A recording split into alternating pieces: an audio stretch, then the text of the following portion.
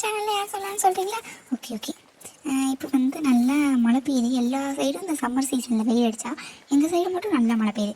கீழே பாருங்கள், கீழே காமிக்கலாம், அவ்வளோ தண்ணியாக இருக்குது பாருங்கள். அந்த அளவுக்கு எங்கள் சைடில் மழை பெய்யுது. சரி பரவாயில்ல, நம்ம வந்து பனக்கோட்டா செய்யலாமா? கரெக்டாக ப்ரொனவுன்ஸ் பண்ண தெரியல, ஆனால் அதை செய்யலாம். சூப்பராக இருக்கும், ஈஸியாக இருந்துச்சுங்க. ஃபஸ்ட்டு மேங்கோ நல்லா கட் பண்ணி அதோட வந்து மிக்ஸி ஜாரில் போட்டு அரைச்சி நல்லா பல்ப் எடுத்து வச்சுருக்கேன். எப்படி இருக்குது பாருங்களேன்.